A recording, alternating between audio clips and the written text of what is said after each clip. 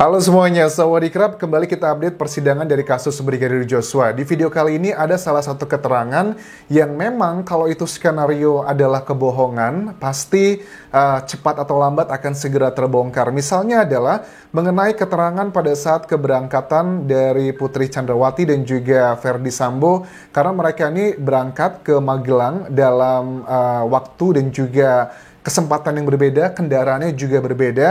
Hari ini di persidangan Susi mengatakan, aku bandingkan dengan keterangan kuasa hukum, Sabtu 2 Juli 2022 setelah makan siang itu diketahui Putri Chandrawati cukup dengan satu mobil saja, di mana di mobil tersebut ada Susi, ada Baradae, ada juga Brigadir Joshua, dan juga ada satu anaknya di situ, dan mereka pergi ke Magelang dengan mobil patwal di sana. Jadi hanya ada satu mobil. Ini juga linear dengan keterangan dari kuasa hukumnya FS. Tetapi ada yang berbeda. Pada saat Susi ditanya oleh Yang Mulia Hakim, kapan Ferdy Sambo itu tiba di Magelang, Susi mengatakan, malam Senin 4 Juli Bapak sudah di Magelang. Tetapi aku cek data dari CNN Indonesia, wawancara dengan tim kuasa hukum Ferdy Sambo, menjelaskan tentang kronologi. Salah satu intinya adalah begini. Pada dini hari, Minggu 3 Juli 2022,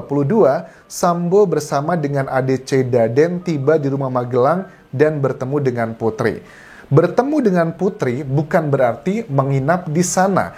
Ada indikasi yang sangat kuat, sepertinya Ferdy Sambo ini sudah tidak sudi lagi kayaknya tidur ataupun juga satu kamar dengan Putri Chandrawati.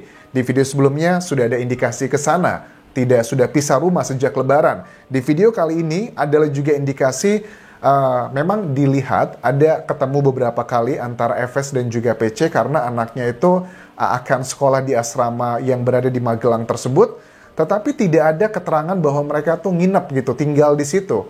Apalagi juga diketahui, misalnya sama juga dari berita CNN Indonesia ini, bahwa setelah itu pun, tanggal berapa ini ya, mereka pun Ferdy Sambo dan juga ajudannya Daden, itu kan pergi ke Semarang di hari itu teman-teman, karena ada acara HUT Bayangkara di Akademi Kepolisian Semarang. Magelang dan Semarang itu sebenarnya nggak jauh-jauh amat teman-teman, karena banyak temanku dulu waktu kuliah di Jogja juga sering bolak-balik Magelang Jogja atau Semarang, itu nggak jauh-jauh amat sebenarnya. Jadi ini udah diindikasi banget, apalagi itu juga sudah dini hari gitu kan ya.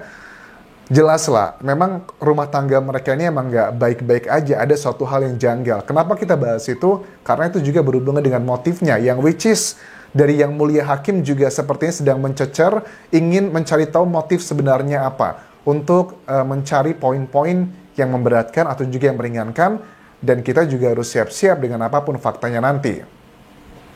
Di keterangan dari Susi di persidangan itu bahwa mereka, rombongannya itu naik mobil Lexus, terus ditanya sama Yang Mulia Hakim, balik ke Jakarta ada 2 mobil, kok bisa seperti itu? Mobil kedua sama Om Riki pas ke Jakarta. Jawaban dari Susi, iya tahu, kata Yang Mulia Hakim. Tapi siapa yang bawa mobil kedua itu?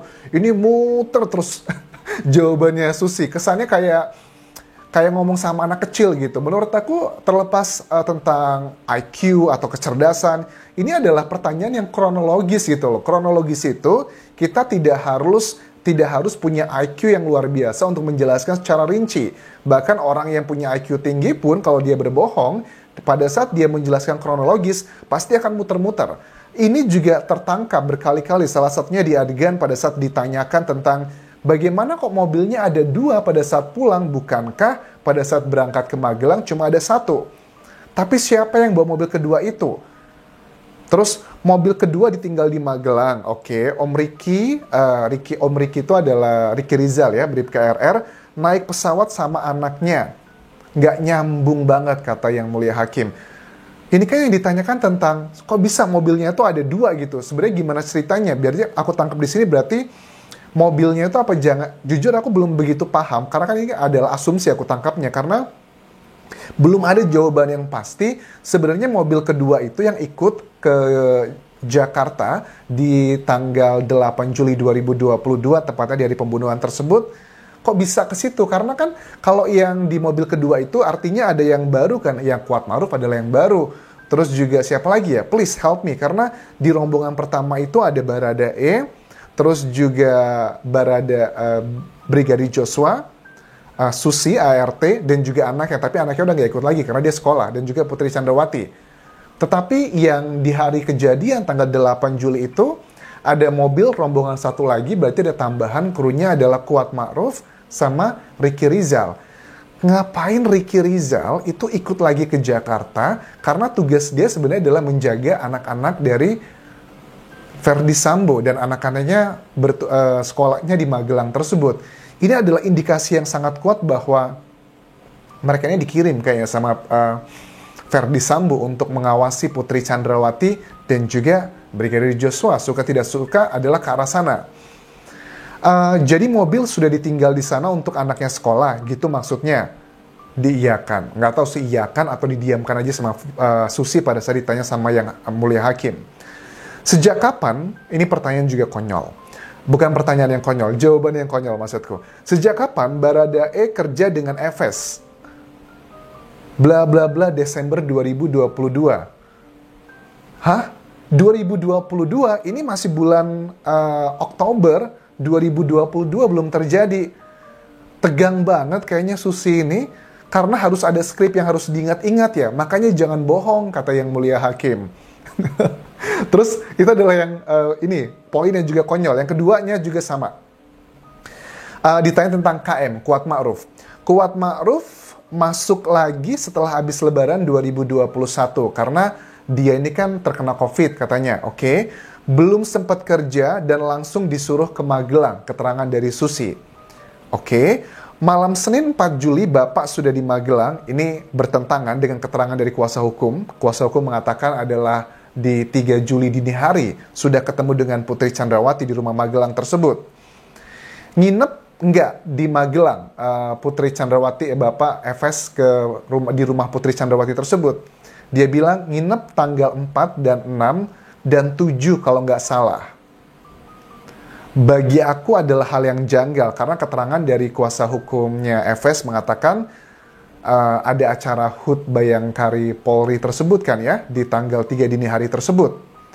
4 dan 6 dan 7 kalau nggak salah. Bukankah tanggal 7 harusnya ini adalah kejadian di mana telah terjadi, versi mereka adalah pelecehan ataupun juga perkosaan yang dilakukan oleh Brigadir Joshua. Bukankah tanggal pernikahan tuh tanggal 6 ada acara kumpul-kumpul, motong tumpeng, motong kue secara sederhana di rumah mereka. Itu kan tanggal 6 dan paginya kan langsung pergi ke Jakarta. Jadi kalau begitu kan dini hari ya, artinya 7 dini hari. Kalau 7 berarti sudah nggak nginep lagi dong, karena 7 ke 8 paginya, 8 paginya itu kan mereka pulang, PC dan juga Brigadir Joshua pulang ke Jakarta. Ini adalah kejanggalan-kejanggalan yang luar biasa. Kalau aku sudah bahas di video satu hari semalam ya, sebelum persidangan ini kan aku bilang, kalau orang itu yang bohong biasanya akan memberikan keterangan yang terlalu detail. Misalnya kayak, oh aku datang ke sini tuh jam 5 lebih 45 menit gitu. Itu pasti bohong banget, karena biasanya orang nggak akan ngelihat jamnya terlalu detail. Biasanya akan bilangnya jam 5-an lah atau menjelang jam 6. Biasanya seperti itu adalah kebenaran. Tetapi, kalau untuk hal-hal nginep seperti ini juga, dia katakan, kalau nggak salah 4, 6, 7, ini kan hal yang sangat detail sekali, apalagi dia profesinya sebagai ART. Ya kita make sense lah, tugasnya ART apa sih? Pastikan menyiapkan kebutuhan dari majikannya. Kalau ada Verdi Sambo menginap di situ, pasti dia yang akan melayani, misalnya membuatkan kopi atau menyiapkan baju, menyiapkan ini dan itu, pasti dia akan ingat gitu. Kalau hal-hal yang sifatnya kronologi ini dia bilangnya lupa, nggak ingat, nggak tahu, nggak begitu paham, itu sih indikasi kebohongan yang sangat kuat sekali begitu. Oke, di tanggal pernikahan itu pun sangat indikasi juga sangat kuat mereka tidak menginap juga di rumah pribadi tersebut. Kenapa? Karena kan tanggal pernikahannya tanggal 6.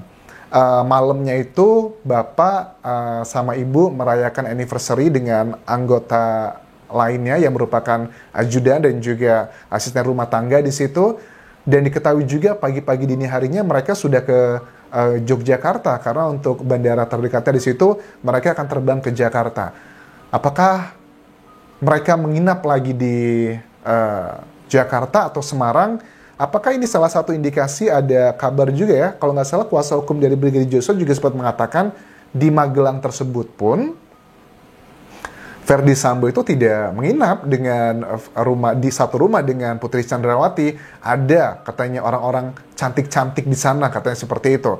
Ya ini juga make sense karena ya dari yang pertama lah sudah kelihatan banget ada hubungan yang nggak harmonis lagi antara dua individu ini. Tetapi pada saat mereka tampil di media massa itu kan mereka berusaha menunjukkan keromantisan, bahkan PC mengatakan saya dengan tulus mencintai suami saya. Ini teori dekonstruktif banget lah, intinya ingin apa yang berusaha ditampilkan biasanya itu adalah kebalikannya. PC selalu menampilkan rasa cinta kasih ke suaminya, begitupun juga FS menampilkan rasa kasih sayang ke istrinya, ingin melindungi dia dari pelecehan dan sebagainya. Tapi justru itu adalah kebalikan semuanya. Dan ini adalah bahaya. Bahayanya adalah untuk FS dan juga PC. Ada hal yang sedang mereka sembunyikan motifnya demi menyelamatkan keluarga besar, anak-anak di sini.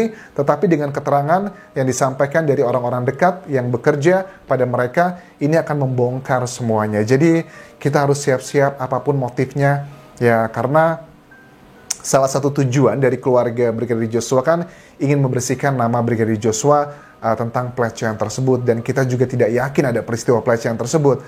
Tetapi ada possibility yang juga cukup kuat adalah dugaan mengenai perselingkuhan. Kalau itu pun juga terbukti, ya kita harus fair gitu ya. Kita pada saat mengawal keadilan, kita nggak boleh memilih-milih fakta yang mana kita suka, mana yang tidak kita suka. Terlepas nanti kita punya penilaian masing-masing, apakah kalian tetap mendukung atau tidak, itu adalah hak kalian masing-masing. Tetapi bagi aku, apapun motifnya, apapun alasannya, Brigadir Joshua tidaklah pantas untuk dihabisi seperti itu.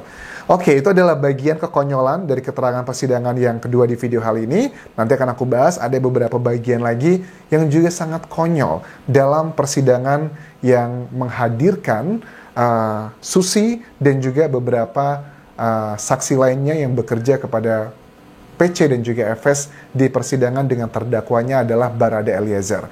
Terima kasih sudah menonton, sampai ketemu lagi di video berikutnya. Tinggalkan like dan juga komen, dan juga please subscribe channel YouTube ini, juga follow Instagram dan juga Facebook pageku di Anjasa Semara, karena aku juga sering live di kedua akun tersebut. Kabun kerap semuanya, bye-bye.